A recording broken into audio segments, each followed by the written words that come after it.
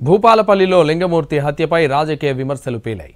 గండ్ర హస్తముందని మంత్రి కోమటిరెడ్డి ఆరోపించగా తనపై తోసేస్తున్నారని బీఆర్ఎస్ నేత ఆరోపించారు. అయితే ఈ కేసులో ఎంతటి పెద్దవారున్నా ఖచ్చితంగా చట్టపరమైన చర్యలుంటాయన్నారు మంత్రి సీతక్క. లింగమూర్తి భార్య కూతురు క్లియర్గా పోలీసులు ప్రజల సమక్షంలో ఈ హత్య 100% గండ్ర వెంకటరమణారెడ్డి గారు చేపించిందే.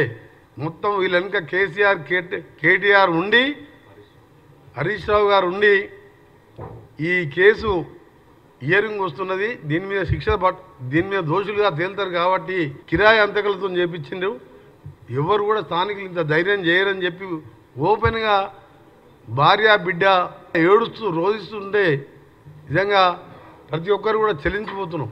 ఈరోజు మా మీద బట్టగాల్సి మీదే బాధ్యత అనేటువంటి పద్ధతిలో చేయడం ఏదైతుందో దీన్ని మేము తీవ్రంగా ఖండిస్తున్నాం.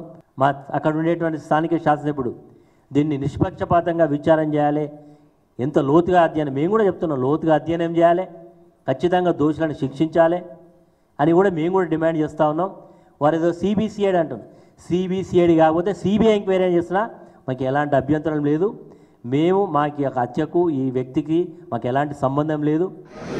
వ్యక్తిగత కక్షలతోటి ప్రశ్నించే వారిని హత్యలు చేయించడం అనేది గతంలో కూడా మనము ఇద్దరు అడ్వకేట్లది కూడా చూసినాం.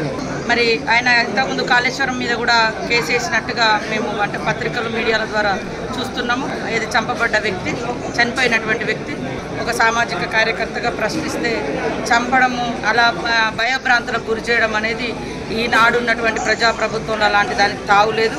ఖచ్చితంగా కఠినమైనటువంటి శిక్ష వాళ్ళు ఎంతటి వాళ్ళైనా, రాజకీయ నాయకుడే కానీ, మాజీ ఎమ్మెల్యేలే కానీ, మాజీ మంత్రులే కానీ, తాజానే కానీ ఖచ్చితంగా కఠినమైనటువంటి శిక్ష.